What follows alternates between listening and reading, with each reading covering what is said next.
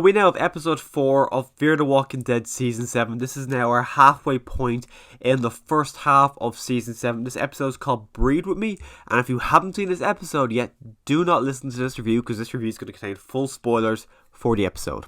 You've been warned.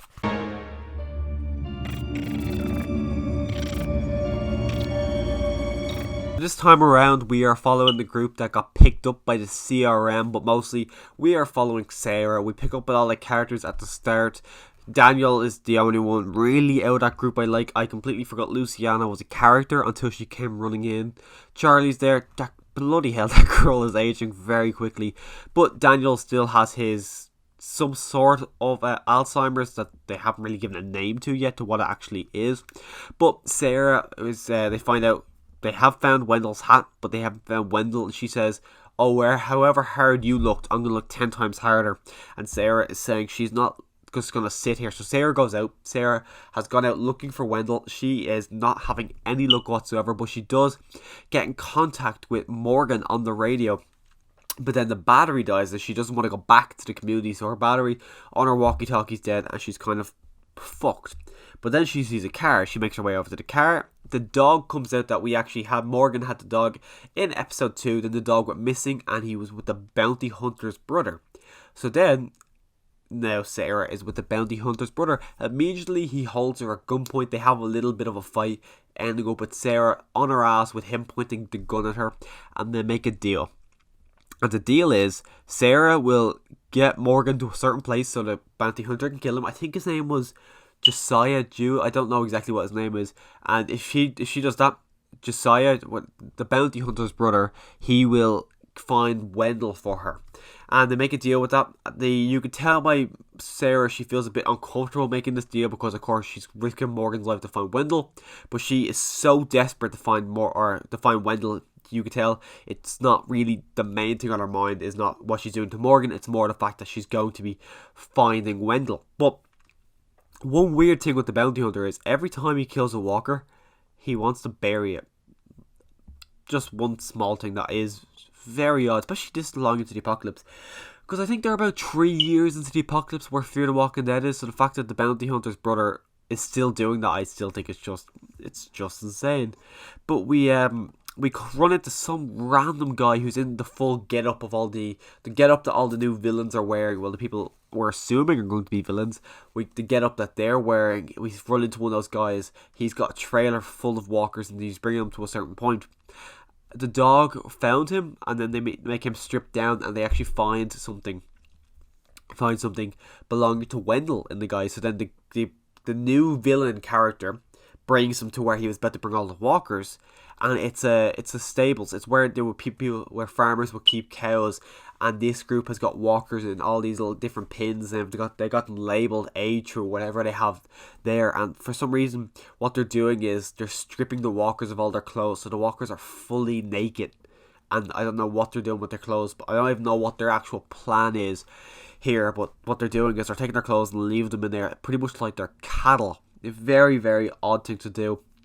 And then Sarah sees Wendell's wheelchair and she immediately she looks devastated. She is heartbroken because she assumes that Wendell is dead. Because of this, she loses her mind. She gets in a situation where she's getting ready to kill this kid, and then his immediate reaction is, okay, I don't want to die, so he opens up a lot of the doors and she chases after him. She chases after him where she gets in the car. She just starts to drive. The bounty hunter's brother runs up and he can't get in the car first. He gets in the car anyways, but she is absolutely losing it. She tries to kick him out of the car as they're driving because she is so desperate to either kill this guy or just kill herself because she cannot live in a world without Wendell. And in her fit of rage, in her fit of panic and everything she's going through, she actually drives the car off a cliff, leaving them in a position where they're in between two rocks and they can't open the doors. And she looks to the left of her and she sees the warhead from one of the nuclear bombs is sitting there right beside them, letting off all this radiation and nuclear energy that is slowly going to be killing them. They're panicking. They're trying to get in communication with Morgan, but they can't. So their plan is to just burst out the back doors and kill all the walkers as quickly as they can. And then Morgan shows up. And when Morgan shows up to the end of the episode, that's all I really liked. The first I'd say half an hour of this episode. I think Morgan was there for the last 15 minutes. But the first half an hour of this episode, I didn't really like. I don't really like the character of Sarah. I think she's okay in small doses, but I haven't ever really loved her character. I always kind of forget about her character, and I was genuinely quite shocked when they made her the main focus of this episode, because honestly, even after this episode, I don't think she can carry an episode. I really do not think she can carry an episode. I found her to be very irritating in this episode.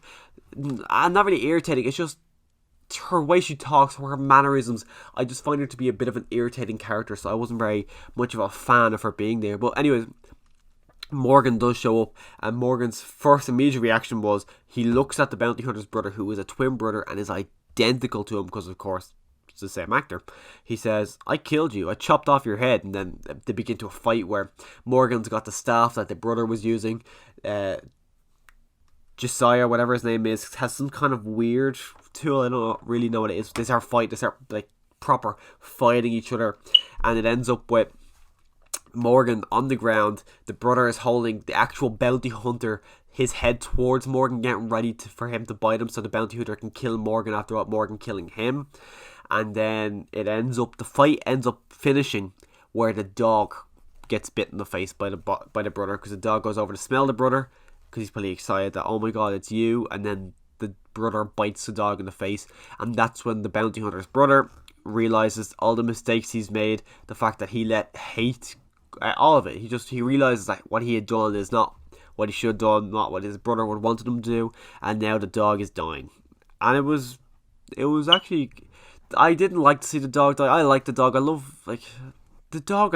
I like the dogs. The dog's been there for a season now, and I was kind of shocked they ended up killing it off, because even with Daryl's dog, I was like, oh, they're probably never going to kill off Daryl's dog.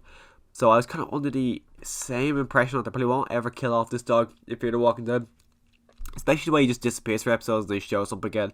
So I liked the way he was just always there, and I just thought they would never kill him. So I was genuinely kind of surprised when the dog ended up getting killed by his original master. But one of my biggest things was Morgan was able to get out of there easily.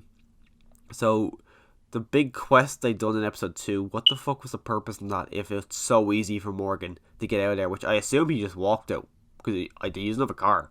I don't think that car works anymore, so Morgan's able to just walk out of the area he was in. That's just like, what the fuck is that if Morgan's just able to walk out of that area? It's something that really kind of annoyed me there. But anyways, Morgan says to Sarah, there's a good chance that Wendell's actually with Strand. Strand is taking everyone from the old group and making his group better, so they make their way to Strand's community. When they make it to Strand's community, this is the first time Morgan and Strand are actually coming face to face since Strand actually attempted to kill Morgan last season when they were in the nuclear submarine, when the bombs went off together, when it was the two of them in the room with Teddy and the other guy who I can't remember his name. This is the first time Morgan and Strand have come face to face together again, and you can tell both of them both have a hatred for each other. They both don't really want to be around each other in this moment, but they have put aside their differences, and they ask, is Wendell there? And it's revealed that Wendell actually is there. I don't know if Strand is lying. I wouldn't put it past Strand to lie. I kind of want Wendell to be dead. We saw Wendell in one scene in season 6. We haven't seen him since, even before season 5. He's just a character that, because he's in a wheelchair, they're so limited to what he can do. And even the character Wendell, he's not a favourite of mine, and I think the fact that he's really just a character in name only now, we never even see him. Just kill off the character. There's not much point in having him there. You can use him as a big character death. There's no necessary reason in why they're keeping him alive, because he never shows up. We saw him in season 6 once. I can't imagine we're going to see him anytime soon in season 7. So I really wouldn't be surprised if he actually is dead and Strand lied to her. Anyways, she does want to join the community, but she says, you can't join the community because you weren't on my team beforehand, so she's not allowed to join.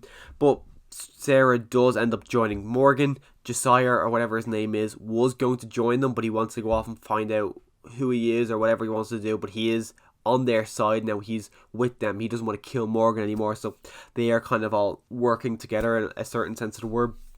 And the top of the nuclear bomb we saw in this episode, the new villains have now taken that. I don't know what their plan is overall with that. I don't know what they can do with the top of a nuclear bomb. But anyways, they have that in their possession now, and I don't really know what's going to happen with them.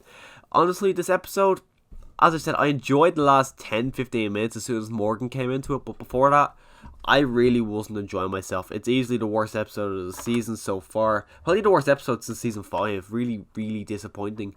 I haven't watched episode 6 yet of World Beyond, but I'm actually more excited now to watch episode 6 of World Beyond than I am to watch episode 5 of Fear the Walking Dead, which honestly is baffling to me. But who knows, when I actually watch episode 6 and review it here on the channel, I'll probably be saying, what the fuck was that? That it was a terrible episode. But I am kind of going into episode 6 of World Beyond a little bit excited. So again, if you want to hear my thoughts on episode 6, which should be dropping some point this week, make sure you click the subscribe button so you can go back and hear my thoughts on episode 6. And as always, thanks for watching.